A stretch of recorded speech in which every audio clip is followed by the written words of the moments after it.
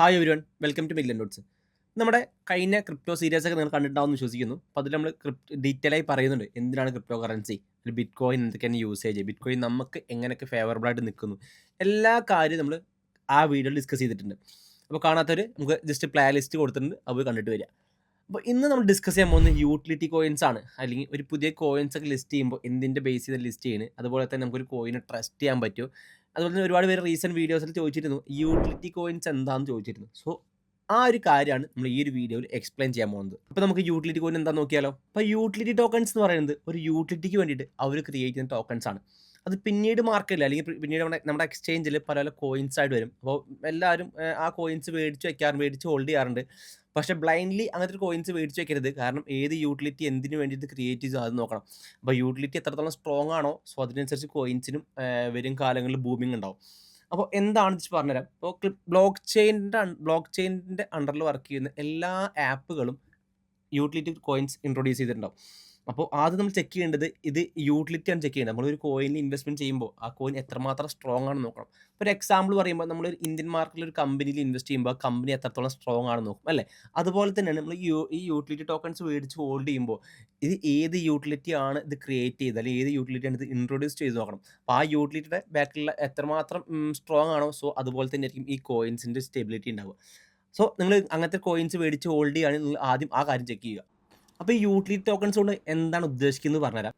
ഇപ്പോൾ ഏതെങ്കിലും ബ്ലോക്ക് ചെയിൻ്റെ അണ്ടറിലുള്ള ഏതെങ്കിലും ആപ്പുകളാണ് ആയിരിക്കും. ബ്ലോക്ക് ചെയിൻ്റെ അണ്ടറിലുള്ള എല്ലാ ആപ്പുകൾക്കും യൂട്ടിലിറ്റി ടോക്കൺസ് ഉണ്ടായിരിക്കും. അതിലത്തെ എല്ലാ സർവീസുകളും ഇവർ ടോക്കൺസ് വെച്ച് നടത്തുന്നുണ്ടാവുക. ഇപ്പോൾ ബെസ്റ്റ് എക്സാമ്പിൾ, നമ്മൾ ഏതെങ്കിലും ഒരു ആപ്പിൽ കയറിയിട്ട് എന്തെങ്കിലും മേടിക്കാൻ നോക്കണമായിരിക്കും. അപ്പം നമ്മുടെ INR ഫണ്ട് ആഡ് ചെയ്തിട്ട് ഡയറക്റ്റ് അങ്ങനെ മേടിക്കാൻ പറ്റത്തില്ല.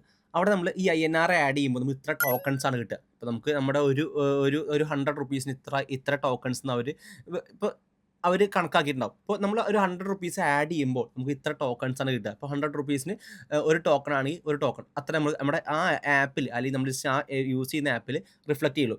ഇപ്പോൾ നമ്മൾ ഏതെങ്കിലും ഒരു സാധനം പർച്ചേസ് ചെയ്യുമ്പോൾ നമുക്ക് ഒരു 100 ടോക്കൺസ് വേണം. ആ ഒരു പർച്ചേസിങ് എമൗണ്ട് 100 ടോക്കൺസ് ആണെങ്കിൽ, ഇപ്പോൾ നമ്മൾ ആഡ് ചെയ്യുമ്പോൾ 100 രൂപ ആഡ് ചെയ്യുമ്പോൾ നമുക്ക് ഒരു ടോക്കണാണ് കിട്ടുമെങ്കിൽ ജസ്റ്റ് നമുക്ക് 100 ടോക്കണിന് എത്ര INR ആഡ് ചെയ്യണോ അത്ര INR ആഡ് ചെയ്ത് നമുക്ക് 100 ടോക്കൺസ് കിട്ടും. അപ്പോൾ നമുക്ക് ആ ടോക്കൺ വെച്ചിട്ട് നമുക്ക് ആ ഒരു സാധനം നമ്മൾ ഉദ്ദേശിക്കുന്ന ഒരു സർവീസ് നമുക്കത് പർച്ചേസ് ചെയ്യാൻ പറ്റും. ഓക്കെ. അതുപോലെ തന്നെ ഇപ്പോൾ നമ്മൾ ജസ്റ്റ് എന്തെങ്കിലും സെല്ല് ചെയ്തിട്ട് പ്രോഫിറ്റ് ആക്കാൻ പറ്റുന്ന പ്ലാറ്റ്ഫോമാണ് ഒരുക്കി. പല ആപ്പുകളുണ്ട്. നമ്മുടെ കയ്യിൽ എന്തെങ്കിലും ഐഡിയാസ് ഉണ്ടെങ്കിലോ അല്ലെങ്കിൽ എന്തെങ്കിലും ഓൺ പ്രൊഡക്റ്റ് ഉണ്ടെങ്കിലോ ജസ്റ്റ് നമുക്ക് ആപ്പിൽ ലിസ്റ്റ് ചെയ്തുകൊണ്ട് നമുക്ക് സെല്ല് ചെയ്തിട്ട് പ്രോഫിറ്റ് ഉണ്ടാക്കാൻ പറ്റും. അപ്പോൾ നമ്മൾ സെല്ല് ചെയ്യുമ്പോൾ അപ്പോൾ അതിൽ കാണിക്കുന്നത് ഇത്ര ടോക്കൺസിന് സെല്ലാവും. അല്ലെങ്കിൽ ഇങ്ങനെ ആ മാർക്കറ്റിൻ്റെ വാല്യൂ കാണിക്കുന്നത് ഇത്ര ടോക്കൺസ് വെച്ചിട്ടായിരിക്കും. അപ്പോൾ നമ്മളത് കൺവേർട്ട് ചെയ്ത് നോക്കണം. ഇപ്പോൾ അവിടുത്തെ ഒരു ടോക്കണിൻ്റെ വില നമ്മുടെ INRൽ 100 റുപ്പീസ് ആണെങ്കിൽ ചിലപ്പോൾ നമ്മൾ സെല്ല് ചെയ്യാൻ ഉദ്ദേശിക്കുന്നതിൻ്റെ വാല്യൂ ഒരു ക്രിയേറ്റ് ചെയ്യുന്നുണ്ടാവുക ചിലപ്പോൾ ഒരു 5 ടോക്കൺസ് ആയിരിക്കും.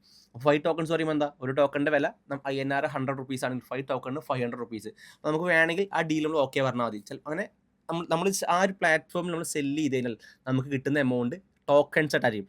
ടോക്കൺസ് ആയിട്ട് കിട്ടുക ആപ്പിലേക്കാണ് ക്രെഡിറ്റ് ആവുന്നത് ടോക്കൺസ് ആയിട്ട്. അവിടെ നിന്ന് നമുക്ക് കൺവേർട്ട് ചെയ്യുമ്പോൾ നമ്മുടെ INR ആയിട്ട് നമുക്ക് അവിടെ ബാങ്ക് അക്കൗണ്ടിൽ കയറുന്നതായിരിക്കും. അപ്പോൾ യൂട്ടിലിറ്റി ടോക്കൺസ് എന്താണെന്ന് ചെറിയൊരു ഐഡിയ കിട്ടിയിട്ടുണ്ടാവുമല്ലോ.